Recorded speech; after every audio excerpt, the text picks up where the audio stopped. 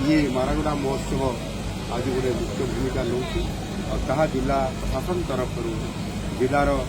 बुद्धिजीवी मान तरफ जिलार लोक मान तरफ ये उत्सव निश्चित भाव में आज अत्यंत आनंदित। बड़ कथा हूँ आज ये मारागुड़ा महोत्सव जहाँ कि एक हिंदू सभ्यता भड़ी मारागुड़ा सभ्यता दिने ये अंचल गढ़ी उठी आर आज आज पुनर्जीवित कर लोकों भितर गोटे आशार संचार हो आम अंचल अत्यंत प्राचीन सभ्यता थिबा ये अंचल आगामी दिन में एक समृद्ध जिला हिसाब से विकसित हो पार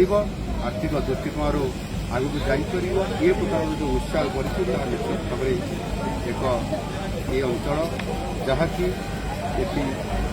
एटिकार लोक मैंने स्वाधीनता संग्रामी हिसाब से पराधीन भारत में से बड़पुत्र हिसाब से स्वाधीनता संग्रामी हिसाब से लड़े करवा एवं ताहा सहित से वीर संतान हिसाब से लड़े कर शहीद हवा जहाँकि सालियागढ़ से रक्त रंजित माटी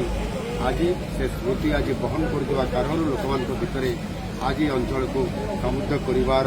इच्छा आज प्रकट होती निश्चित भाव में ये उत्सव आगामी दिन में समृद्ध कर